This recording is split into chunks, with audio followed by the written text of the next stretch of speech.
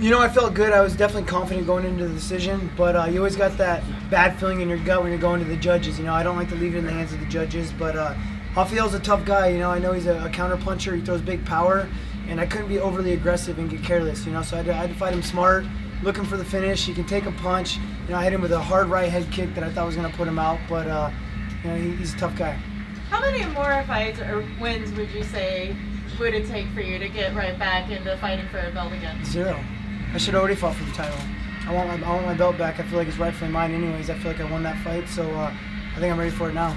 Was there any discussion at all about a rematch? Obviously, maybe went with the Faber fight right away, but you know. Yeah, there was definitely discussion. I went and met with the UFC, and they thought I won that fight, you know, and so I thought I had it on lock that I was going to get the rematch, but unfortunately it didn't go down that way. You know, it was Uriah's turn. They figured that, you know, his name carried him into a title fight. So you got to roll with the punches. I got to get a win back over a guy that I lost to 3 years ago that I felt another split decision that I shouldn't have had. So you think next should be definitely the title shot? 100%, yeah. I'm shooting for that title. What's different in the rematch with Dominic? You know, I got to go in there and do the same thing, just a little bit better. You know, like I said, I feel like I won that fight.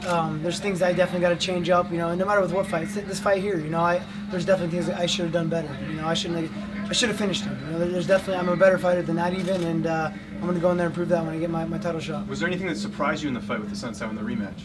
No, it's kind of expected. You know, he threw some kicks. There's some good kicks, some good spinning heel kicks and stuff. They were pretty fast, but we trained for all that. You know, I trained to counter his kicks and knew he's a counter fighter. I had to stay outside of his power and touch him up a little bit. You know, not going there for the big punch.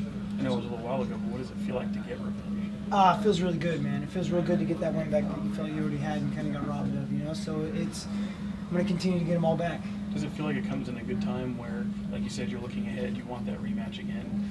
Yeah, I mean, I'm looking ahead now. I mean, I definitely wanted to during camp. It was hard. You know, I had to make sure to focus on Rafael. You know, I wanted to think about fighting for that title, but I had to make sure to take one step at a time, really focus on Rafael, because if I looked past him, you know, I would have lost this fight. Being a Sacramento guy, you're opening a brand new arena in October. Is that something you'd like to help Chris in right there? Yeah, that'd be awesome, man. I mean, absolutely. I mean, it's very close to home. You know, Angels Camp's about an hour and a half from Sacramento, where I grew up, and so my whole hometown would be there. So it'd be awesome, yeah. It seems like if Dominic defends his title next, they'll be on that UFC Vancouver card. That's kind of you know, I know they wanted to add a championship His fight. His next title fight's gonna be in Vancouver, you think? Possibly. Then I'm gonna be in Vancouver. That's what I was gonna say. You know, well, I was gonna ask because you're supposed to fight in Montreal against Barao, and that didn't happen. Is fighting in Canada something you're pretty excited about?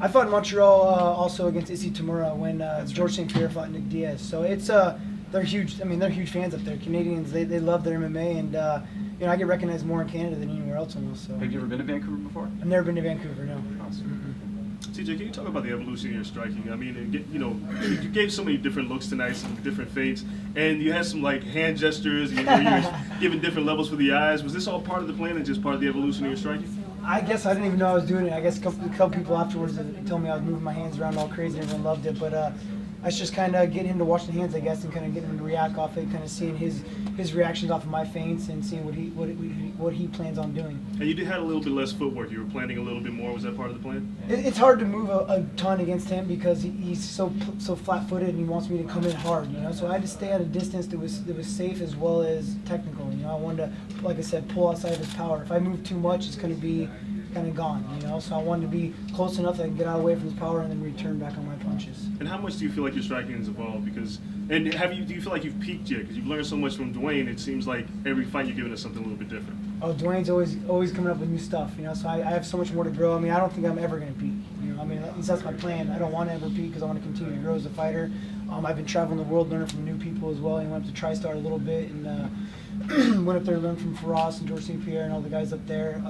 Muscle Farm's done everything they possibly can for us to have an awesome camp there. You know, I got Leister Bowling as my wrestling coach, Elliot Marshall's my jiu-jitsu coach. You know, and I'm growing in all aspects, not just my striking. I got to get better everywhere. You know. Is there plans to go back to TriStar, you know, for your next fight? Yeah, I'd love to keep. I want to travel to all the great minds of MMA and continue to learn. You know, I mean, that's what's not going to hold you back. You know, you got to continue to learn new things. What's something that training at TriStar helped you in this fight in particular, if you could point to one thing?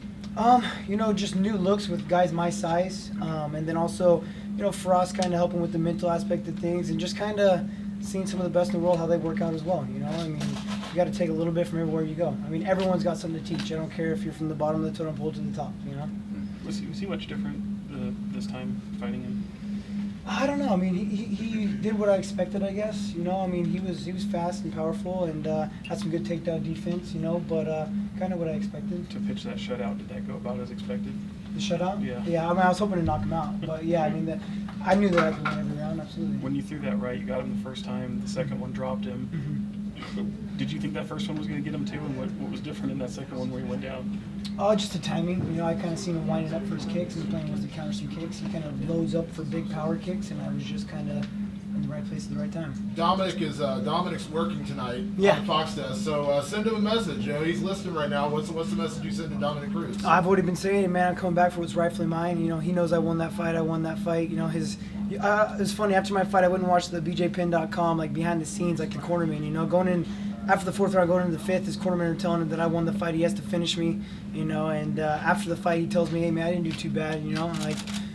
And his coaches are telling my coaches that I won that fight. So they all know that I won the fight, but they want to act like they're all champs afterwards, you know. But just don't run too much, dude, and I'm coming for you. You mentioned Muscle Farm a little while ago. Yeah. And how they've been helping you. Considering what happened to John Jones, does it ever worry you about the supplements you take and what No, I have might be banned? Or? I have the utmost confidence in Muscle Farm, man. They not only just the supplements that they take, but I would train at their facility. You know, I'm an in-house athlete. They sponsor all the UFC fighters that are inside their gym, and they've done wonders for us. So yeah, I got no concerns at all. And considering what happened with him, what do you think fighters are going to need to do so that this doesn't happen in the future? I don't know, man. I mean, take stuff you trust. I really don't know. I mean, I don't know the full story of it. I've been trying to stay out of it just because I've been focusing on my fight. I knew that they got in trouble with it, but I don't really know the details. In thinking of Dom, I mean, did you take much away from that Cruz Faber fight? You know, I kind of knew that's how the fight was going to go down. You know, I've obviously trained with Faber for a long time, and fighting Cruz and watching him, I knew his footwork was going to be a little bit too much, a little too fast for him, and that's how the fight I expected to go down. What type of threat would he pose to you? Dom. I don't know. I mean, he's a good fighter, man. He's got good timing. He's got awkward movement. He doesn't have he's not super technical. He doesn't keep his hands up when he's throwing. He's moving all crazy, but that's what is also good about him in his aspect. You know, he's got good movement and good timing. So it's something you got to kind of figure out. And now I have a little more tape. I'm gonna watch him since he hasn't fought in like 3 years, and if I'm the first time. Are you willing to wait for that title shot, or are you willing to fight somebody else in the interim? I want the title shot, man. I want what's. I mean, I don't like not being called champ. You know what I mean? Like once you have that belt wrapped on your waist, you want it back. So if the opportunity presents itself, you take it. But obviously, if it doesn't, would you take another fight, or would you wait for Dominic Cruz? I don't know, man. I'm pushing for the belt. You know, I got to do whatever I can to get it. Cool. Thank you, guys. Thank Yep. you. Appreciate you.